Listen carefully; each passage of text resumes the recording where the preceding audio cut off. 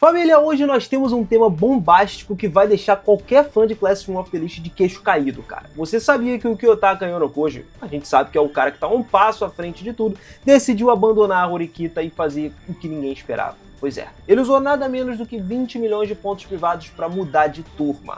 Mas por que ele tomou essa decisão radical? O que isso significa para o futuro da classe e como isso vai impactar na batalha pelo topo de tudo? Prepara, galera, prepara, porque o vídeo de hoje a gente vai mergulhar a fundo no epílogo do volume 12.5 para desvendar cada um dos detalhes dessa escolha surpreendente. Vamos que vamos.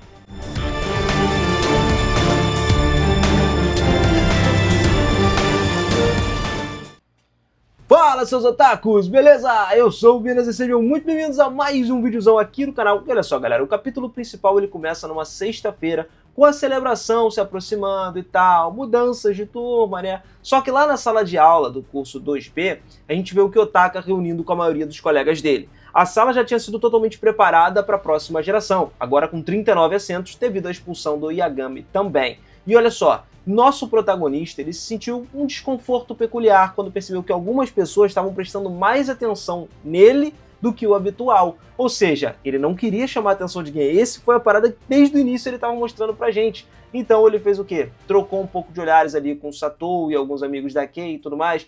Considerando que ele tinha terminado recentemente o relacionamento com a Kei, o clima entre eles ainda estava um pouco tenso, o que levou ele a evitar certas interações aí. E as pessoas já estavam sabendo disso. Curiosamente, a Kei não compareceu à reunião, assim como o Koenji também, e o que acabou chamando a atenção de Horikita foi justamente o fato deles não terem vindo. Então ela se aproximou do Kiyotaka e perguntou se realmente foi a Kei quem decidiu terminar o relacionamento com o Kiyotaka ou se foi ao contrário.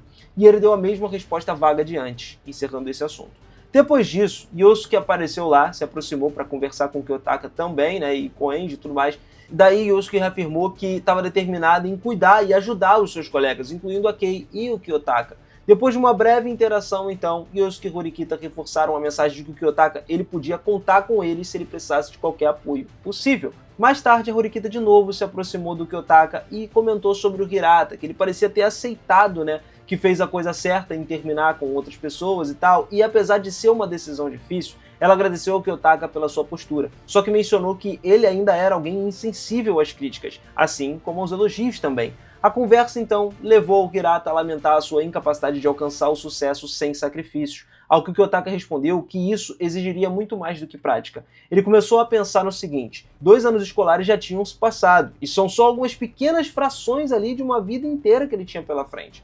A narrativa, então, começa a avançar para o final dessa celebração, quando o Kiyotaka se aproxima do Hirata para oferecer-lhe um café. Eles ficam ali um do lado do outro, né, observando os colegas, compartilhando as metas para o próximo ano, e quando chegou a vez do Ikki, ele se surpreendeu, refletindo sobre como as coisas progrediram com relação à felicidade de todos. Ele estava se preparando para um novo futuro, e admitiu que nunca tinha pensado seriamente sobre o seu próprio futuro até aquele momento, o que levou ele a conversar com o Kiyotaka e também com a Horikita. A dupla principal, né, os dois ali, notaram que quando todos cresceram pra caramba desde que entraram na escola, quando eles questionaram sobre o objetivo da Horikita e tal, ela deu uma resposta simples, mas uma resposta significativa. Acreditar em si mesma e em todos os colegas dela foi o que fez com que eles pudessem se formar juntos, cara. O Kiyotaka elogiou esse objetivo, considerando ele bastante valioso, mesmo que aparentemente seja algo óbvio. Só que ele não tem esse mesmo pensamento que ela, né? A gente sabe muito bem qual é o pensamento dele. Ferramentas a todo custo. E a Horikita ficou curiosa, então perguntou ao Kiyotaka sobre o seu próprio objetivo. Mas ele se recusou a revelar o objetivo para ela, o que fez ela começar a reclamar, falando que isso era injusto. Porque, pô, além disso, a proximidade dos dois deixou ela envergonhada. E ela até desviou o olhar disso daí. Nesse momento, a Horikita ela começou a refletir sobre como o Kiyotaka tinha se tornado uma presença tranquilizadora e essencial na vida dela. Depois de um momento, olhando pela janela, então, a Horikita se preparou para comentar um outro objetivo: continuar ao lado do Kiyotaka no próximo ano como companheira e amiga. Só que quando ela finalmente se virou para falar com ele, ela percebeu que o Yonokoji não estava mais ali. Na verdade, ele não estava em nenhuma parte da sala de aula, ele já tinha mexido pé.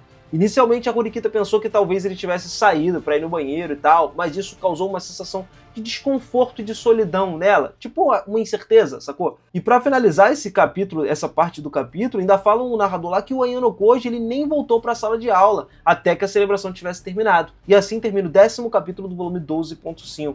Pessoalmente é um capítulo bem interessante, só que nada de relevante aconteceu ainda, tá? Ainda. Porque os diálogos, eles se tornaram ali envolventes, nostálgicos de certa forma. A interação entre o Kiyotaka e a Horikita foi simples, mas também interessante. É muito legal ver a Horikita presente na narrativa como um pilar da classe também. E isso faz a diferença pro futuro. Por quê? Porque o Kiyotaka agora está prestes a mudar de classe, tá? E em relação a Kei e os seus amigos, é interessante também ver que, mesmo que eles não pareçam estar zangados com o Kiyotaka, eles mantêm uma certa distância. Isso provavelmente é para não incomodar a Kei e mostrar o apoio a ela. Como já era esperado, a Kei agora ela tem um círculo social no qual ela pode se apoiar, diferente de antes, quando ela dependia só de uma pessoa. No final das contas, é curioso o fato deles mencionarem que só a Kei e o Koenji não estavam presentes nessa reunião. Mas beleza, a gente geralmente não dá tanta ênfase nessa parte, né? Só que isso, de certa forma, trouxe uma intriga aí. E se mais tarde não for um fato relevante, ainda assim, é só uma demonstração tranquila. Quanto ao tema principal dessa parte, a conversa final do Kiyotaka é uma parada que deu pra gostar, mano. E, assim, ela trouxe uma sensação de pesar, né, em toda a trama, no que tá por vir e tal. Enfim, no geral, o capítulo foi muito completo. Mesmo que ele seja um capítulo curto, tem vários personagens interagindo e tal. E é legal porque a gente tem dois pontos diferentes. Primeiro o ponto do Kiyotaka e mais tarde o ponto da Horikita, né? Os dois, a visão dos dois ali. Vendo os pontos negativos, até eu diria que uma única questão que o capítulo parece mais com o epílogo do volume do que com o capítulo completo. Isso por conta da breve sensação que foi transmitida com os diálogos e tranquilizando todo mundo. Mas o final, por outro lado, é um tanto quanto emocionante. E agora é que é a vez da gente entrar, tá? Vamos entrar nesse final aí para você entender. Vamos para o epílogo do volume 12.5. O epílogo começa depois da cerimônia de abertura lá do curso, né, quando os professores já estavam preparando as suas respectivas salas, e nesse momento o Hoshinomiya sugere a Shabashira que elas sigam juntas, marcando a primeira interação entre as duas desde os acontecimentos lá no quarto Tawashima, né, durante as férias de verão. A Hoshinomiya, ela inicialmente tem uma conversa sobre algumas interações reais, rápidas, esclarecendo que não mudou de ideia e não tem planos para abandonar a formação da classe A. E essa declaração decepciona um pouco a Shabashira, porque mesmo que ela ainda entenda, né, que é difícil mudar a opinião de alguém que acredita nas palavras do Ayano Koji, a Shabashira começa a questionar a Hoshinomiya se ela realmente pretende usar meios antiéticos para alcançar os seus objetivos. Apesar de hesitar um pouco, a Hoshinomiya surpreende quando retirou essas palavras, o que deixou a Shabashira incrédula, prometendo que ela não agiria mais como antes. A Hoshinomiya ainda conseguiria deixar ela em choque, afirmando que o Ayano Koji convenceu com argumentos que ela mesma não pode revelar. Enquanto a Shabashira tentava entender a mudança de postura do nada, a Hoshinomiya mencionou que a Ayano Koji é um verdadeiro coringa, sacou? Capaz de influenciar não só a classe, mas até mesmo os sentidos e os ressentimentos que ela carregava. Apesar de deixar a Shabashira cheia de dúvidas, a Hoshinomiya não forneceu algumas explicações detalhadas e só seguiu para a sala de aula mencionando que a Shabashira logo vai descobrir o impacto desse coringa na parada. O que mais surpreende a Shabashira é a ideia de que, no próximo ano, as turmas vão poder competir igualmente em questão de condições, cara. Então, se preparando para entrar na sala do terceiro ano, ela começou a refletir sobre as palavras da Hoshinomiya. Só que a alegria dela não durou muito, porque um professor começa a notificar ela sobre a transferência de um dos alunos dela. E mesmo que o professor tenha dito outras coisas, a Shabashira mal conseguiu ouvir. Ela estava atordoada com esse acontecimento. E a perspectiva dela, porém, não era a única, né, que foi explorada nesse epílogo. Então a gente vê ali como o professor fica surpreso, né, com a chegada de alguém que notificou sobre a transferência do aluno. Além dela, os estudantes da turma, todo mundo que estava vendo, ficou muito curioso.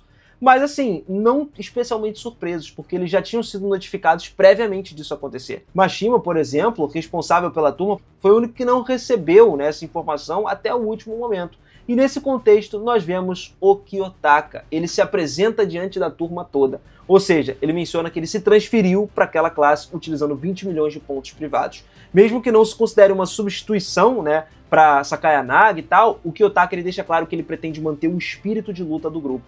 Além disso, ele expressa o objetivo dele de reverter toda a situação desfavorável, né, que a turma estava se encontrando, e depois de perder um grande número de pontos e decair na classificação geral, né, do quadro de classes, o Kiyotaka é o Coringa perfeito, entendeu qual é a parada? Para aquela galera que está se perguntando como que o Kiyotaka conseguiu acumular 20 milhões de pontos privados, ele mesmo explica que ele utilizou absolutamente todos os pontos que ele tinha. Durante os 2 anos ele juntou isso para conseguir fazer isso no final. E ele contou inclusive com os pontos economizados pelo Hashimoto e o restante foi reunido ali em partes iguais entre outros colegas, com o consentimento de todo mundo. E depois do Kiyotaka apresentar essa ideia, aí o epílogo termina já com um dos típicos monólogos mentais do Kiyotaka. Ele explica como que ele pretendia transformar essa turma em algo formidável e seria temido por todas as outras turmas. O objetivo dele era o quê? Garantir que o equilíbrio acontecesse entre as 4 classes, né? Que isso seja mantido até o final. Ele planejava de uma forma precisa, cara, o resultado. E mesmo que o resultado final não tenha sido exatamente como esperado, foi bastante semelhante ao que ele tinha imaginado. Com as peças finalmente no lugar agora, o último ano escolar do Kiyotaka começa nessa nova turma. Assim a gente encerra o epílogo do volume 12.5 do segundo ano. E cara, um breve e mais intenso epílogo que atendeu todas as expectativas de milhares de fãs. A galera já estava aguardando por essa mudança de classe do Kiyotaka há mais de 2 anos. Pessoalmente, eu gostei demais disso daí, foi muito interessante ver como o Hoshinomiya parecia muito feliz, simplesmente pelo fato de que a Shabashira não poderia mais manter o controle total da turma. Então dá pra gente dizer que, honestamente, cara, esse monólogo pareceu simples, né, em comparação com os outros momentos, mas foi marcante, sacou? Sabe aquela parada que é dita assim, rápida, mas que vem com um impacto absurdo? Sim, causou um impacto especialmente pela ação do Kiyotaka de mudar de turma. Ainda mais considerando que a maioria não acreditava que isso seria possível acontecer no volume anterior.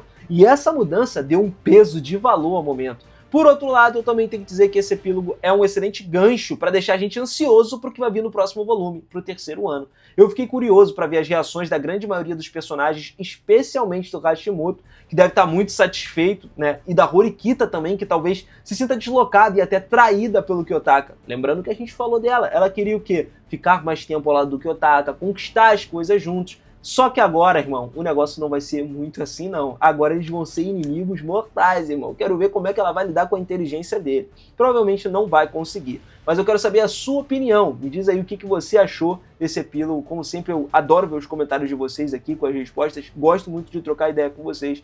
Então, comenta pra caramba aí. E não esquece, e o Kozo tem muita coisa pra ser trazido pra gente ainda. Eu tenho outra história interessante aqui, que foi a Horikita conhecendo o pai da Yanokoji. Ih, rapaz, vocês não perdem por esperar. Então, se inscreve aí no canal, não esquece de ativar esse sininho pra você vir comigo e acompanhar sempre quando tiver novidades de Classroom of the Elite de Yukoso. Vou trazer pra vocês aqui no canal, beleza? Tamo junto demais, beijinho no coração e eu vejo vocês no próximo vídeo, hein? Até mais, valeu!